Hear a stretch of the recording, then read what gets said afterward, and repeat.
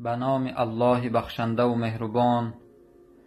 السلام علیکم و رحمت الله و برکاته. برادران و خواهران گرامی، امروز برای شما یک قصه واقعی را نقل میکنم. شاید برای ما و شما، برای آن نفرانی که از یاد الله غافل هستند، از عبادت الله بے پروا هستند، یک درس عبرت شود و برای آخرت خود پیش از آمدن مرگ کمی هم باشد به عبادت الله ذوالجلال بپردازند. به الله قسم نماز خواهم خواند، مهم این که زنده مانم. راوی این قصه می گوید شخصی که این حالت دهشتناک را با چشم سر دیده است، او نقل می کند: روزی در نزد بیمارستان بودم که ماشین یاری تعجیلی آمد و از آن جوانی را بیرون آوردند که تقریبا سینش 25 یا 26 ساله بود. پای جوان از تنش جدا شده بود و تنش غرق خون بود. با تمام قوه فریاد میزد.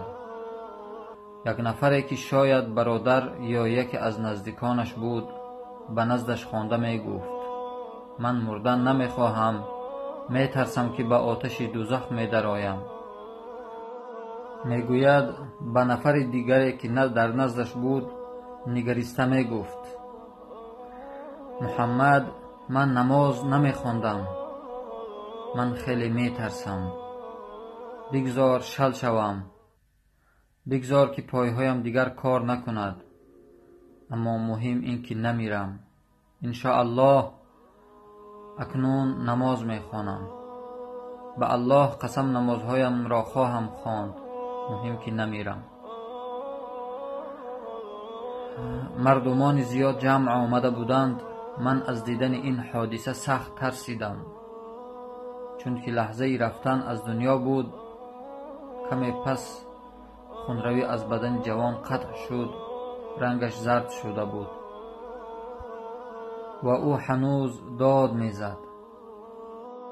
یارانش گریه میکردند و از او میخواستند کلمه شهادت را عرضه کند. میگفتند: کلمه شهادت را بگو اشهد ان لا اله الا الله و اشهد ان محمدا عبده و رسوله. ولی افسوس جوان کلمه را به زبان آوردن نمیتوانست و داد میزد. با تمام قوه کوشش میکرد تا که برخیزد، ولی نتوانست و در آخر صدایش زود پست شد. در همین حالت روحش برآمد. طبیبان آمدند و بالایش را با متاع پوشانیدند. یکی از آنها به نزدیکان میت گفت: برادرتون رفت، در حقش دعا کنید. ما کاری کردن نتوانستیم، چون که تمام استخوانهایش از جمله استخوان سرش شکسته بود. لا حول ولا قوة الا بالله. من بار اول شاهد جان دادن انسان بودم و آن هم در این حالت دهشتناک. و حتی کلمه شهادت را عرضه کردن نتوانست. یا الله. برادران عزیز، ای آن کسانی که از یاد الله غافل هستید، ای آن کسانی که گوش شما خوش ندارد که سخن الله و قرآن را بشنود، خوش ندارید که یک نصیحت یک عالم را گوش کنید، بشنوید. مرگ ناگهان می آید و کسی از آن خبر ندارد. بنابراین نماز را در وقتش بخوانید و به فردایش نگذارید. کسی تا فردا کفالت زنده ماندن را ندارد. حتی نمیدانیم که یک لحظه پس چی می شود. بعد این حادثه میگوید خواب از چشمانم رفت. مثل کودک گریه می کردم و صدای آن جوان خیلی مدت در گوشهایم صدا می داد. همون صدایی که می گفت من نماز نمی خوندم، من خیلی می ترسم، بگذار شل شوم، مهم که نمیرم، الله که صحت شدم نماز میخوانم. به الله قسم نمازهایم را خواهم خواند، مهم که نمیرم.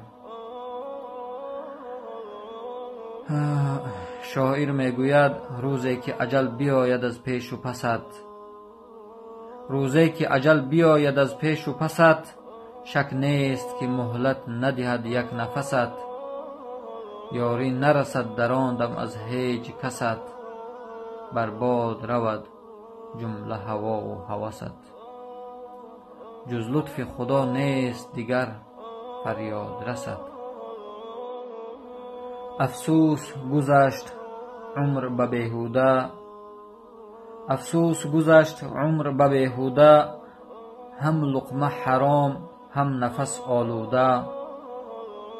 گفته های ناکرده سیه رویم کرد، هر چیزی که الله برای من در قرآن فرمود انجام ندادم، عمل نکردم، سیه رو شدم.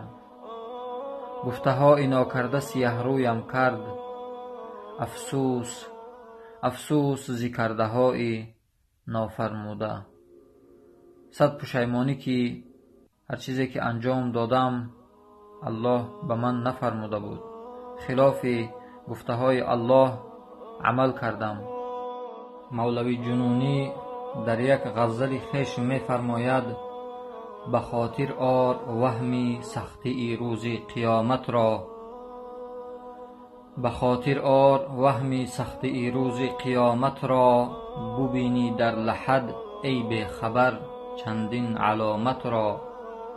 پشیمانی ندارد سود بعد از خاک گردیدن، امانت تا بود اینجا مکن فکری خیانت را. جانهای ما و شما برای ما و شما امانت هستند، باید خیانت نکنیم با این جانها.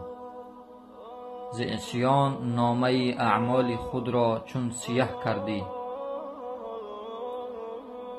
نامه عملهامون با گناه و معصیت سیاه کردیم. برای شستشو آماده کن اشک ندامت را. برای غارت دین دام دنیا رنگ ها دارد، مده از دست بر نیرنگ دون دین و دیانت را. و آخر دعوانا ان الحمد لله رب العالمین و السلام علیکم و رحمت الله.